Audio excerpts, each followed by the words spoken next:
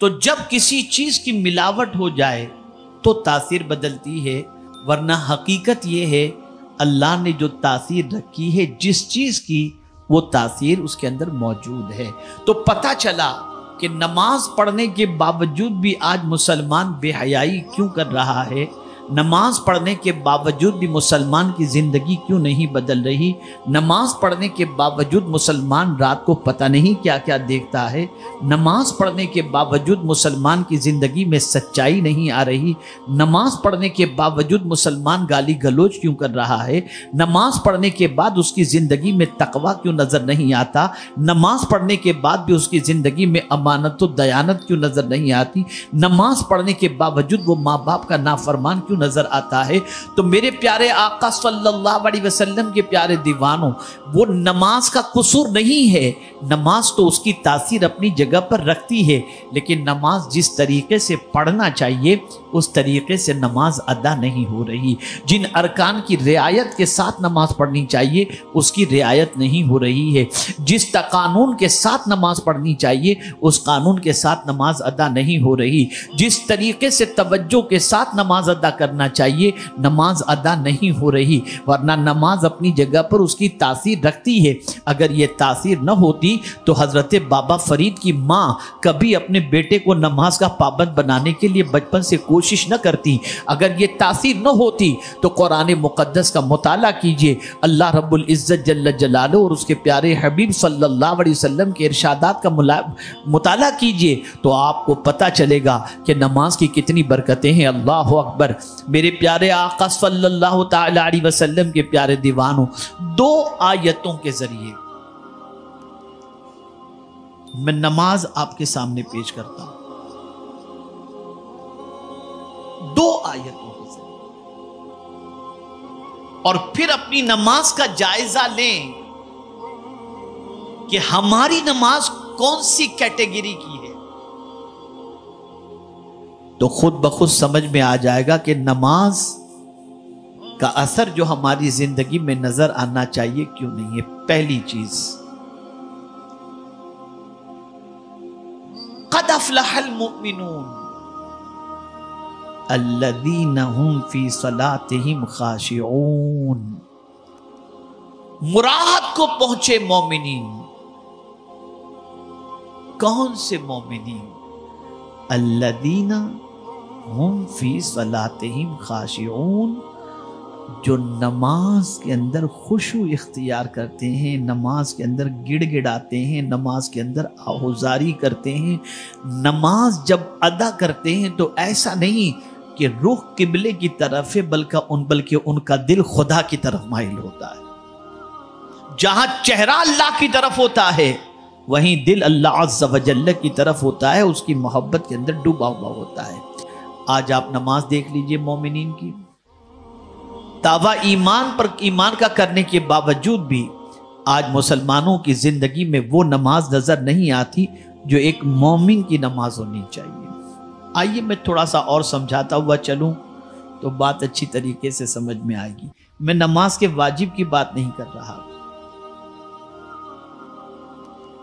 میں نماز کے فرائض کی بات نہیں کر رہا، میں نماز کی سنت کی بات کر رہا ہوں۔ میں نماز کی سنت کی، آپ جانتے بخاری شریف کی حدیث، آقا کریم صلی اللہ تعالی علیہ وسلم نے ارشاد فرمایا، جب کوئی شخص نماز کی حالت میں تنہا پڑھ رہا ہو یا امام کے پیچھے،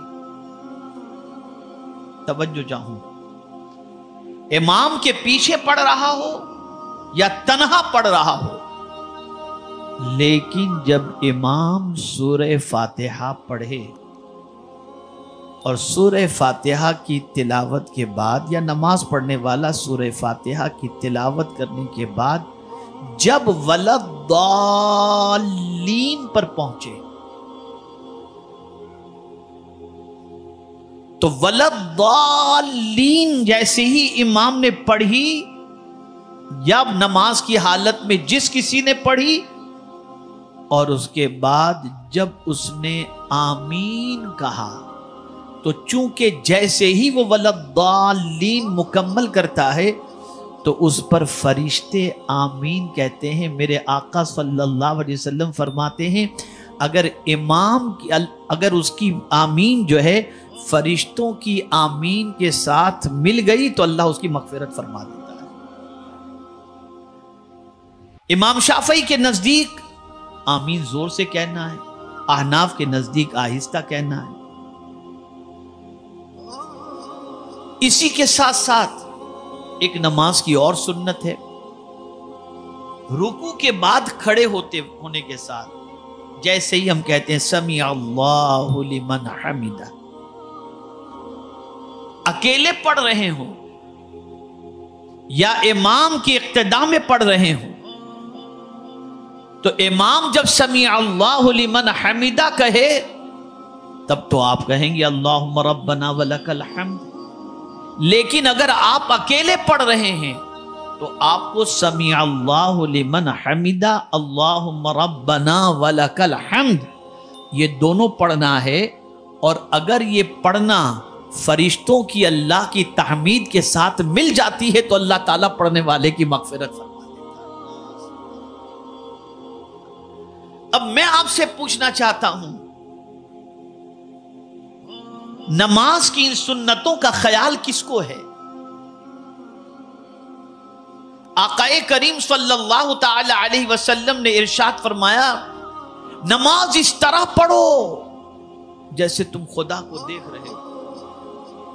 اور اگر یہ تصور نہیں تو یہ تصور کرو کہ اللہ تمہیں دیکھ رہا ہے۔ صوفیاء کرام فرماتے ہیں کہ جو لوگ نماز کی حالت میں ادھر ادھر دیکھتے ہیں، گھڑی میں کتنے بجے، پھر دیکھا پھر کون بازو میں آئے، دیکھا، اس طریقے سے کرتے ہوتے نماز کے اندر، تو صوفیاء کرام فرماتے ہیں جب کوئی نماز میں ادھر ادھر دیکھتا ہے نا، کبھی گھڑی دیکھ لی، کبھی دیوار، کبھی زیب و زینت، تو غیب سے ندا آتی ہے میرے بندے کیا مجھ سے بھی کوئی خوبصورت ہے جسے تو دیکھ رہا ہے؟ کیا وجہ تھی کہ مولا علی کرم اللہ تعالی وجہہ الکریم کے پیر مبارک میں تیر لگ گیا؟ نکالنے جاتے تو تکلیف ہوتی، فرمایا جب میں نماز پڑھوں تو تیر نکال لینا، مجھے پتہ تک نہیں چلے گا۔ وہ مومن کی نماز تھی۔ ایسی نمازیں انسان کی زندگی میں انقلاب پیدا کرتی ہیں۔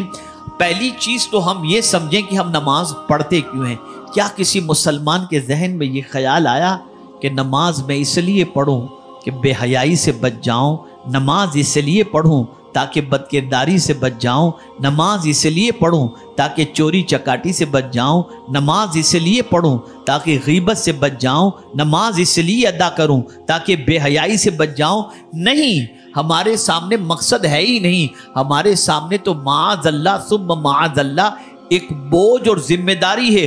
پڑھو، نہیں پڑھو گے تو قیامت میں پوچھا جائے گا، بس اس لیے پڑھ رہے ہیں، مقصد پیش نظر نہیں ہے، مقصد دل و دماغ کے اندر نہیں ہے۔ اور جب مقصد دل و دماغ کے اندر نہیں ہے تو ہم اس مقصد کی طرف توجہ بھی نہیں دیتے۔ آپ ذرا مجھے بتائیے کس طریقے سے نماز ادا کرنے کے بارے میں فرمایا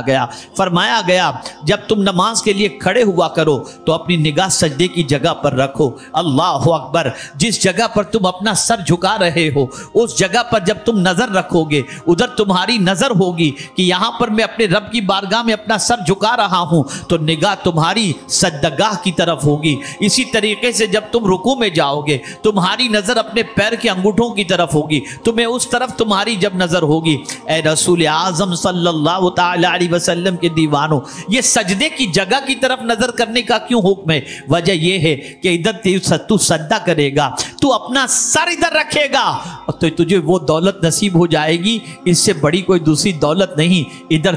سر تیرا جھکے گا، ادھر اللہ تجھے اپنے قرب کی دولت سے مالا مال فرما دے گا۔ تو نظر اس جگہ پر رکھ جہاں تو سر جھکا کر خدا سے قریب ہو جا۔ اب بندے جب تیری نظر سجدہ گاہ کی طرف ہے، سجدے کی جگہ کی طرف ہے، تو اب تو کہیں ایسی جگہ پر جانے کی کوشش نہیں کرے گا جہاں جا کر یا جو چیز دیکھ کر تو خدا سے دور ہو جا، اس کے رسول سے دور ہو جا،